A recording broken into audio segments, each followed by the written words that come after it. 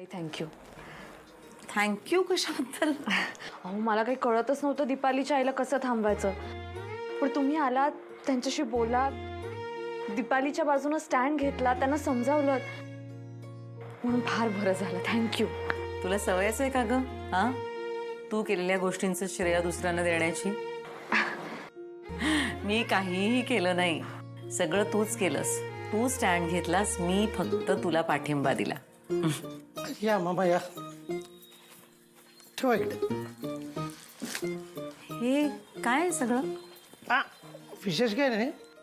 काय मॅडम, तुम्ही पहिल्यांदाच आलाय त्या शाळेत, त्यामुळे स्टाफच्या वतीनं म्हणजे सगळ्या शिक्षकांच्या वतीनं आम्ही छोटंसं गिफ्ट आणलेलं आहे. अहो कशाला एवढ्या फॉर्मॅलिटीज? नाही फॉर्मॅलिटी नाही आहे, हे त्यांचं प्रेम आहे. अक्षरा, स्टाफच्या वतीनं तूच मॅडमचं स्वागत कर. अहो सर, तुम्ही असताना मी कशाला? चालणार नाही, तूच करायला पाहिजेस. आम्हा सगळ्यांची इच्छा आहे तशी. बरं ठीक आहे. आई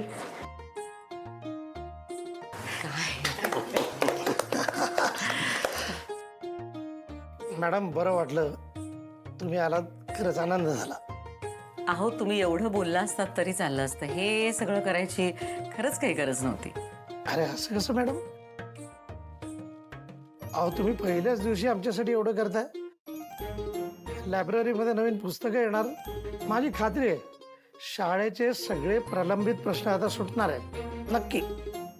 प्रश्न समोर आल्यानंतर तो सोडवायचा कसा, हाच विचार पहिल्यांदा मनात यायला हवा. शिक्षण आपल्याला हेच शिकवते की नाही, मी तेच केलं. आणि मला काय वाटतं माहिती आहे का, की आपण गरजू विद्यार्थ्यांना नुसतीच अशी मदत किती दिवस करणार, नाही का? त्यापेक्षा आपण असं करूया की आपण ना त्यांच्यासाठी एक वेगळा फंड तयार करूया आणि त्यातून मुलांना स्कॉलरशिप देऊया. हां, नाही, छान कल्पना आहे, करूया आपण असं. शाळा चालवणं म्हणजे ज्ञान पाजळणं नाही, त्यासाठी पैसा लागतो. आणि तो पैसा विद्यार्थ्यांच्या फी मधून मिळत नसल तर शिक्षकांच्या पगारातून घ्यावा लागल.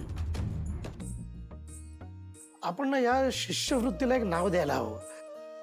काय नाव देऊया? अहो नाव काय, ही काय तुमच्या शेजारीच उभी आहे आमची सुनबाई, तिचं नाव देऊया शिष्यवृत्तीला. ही चांगली कल्पना आहे, आवडली मला. सर,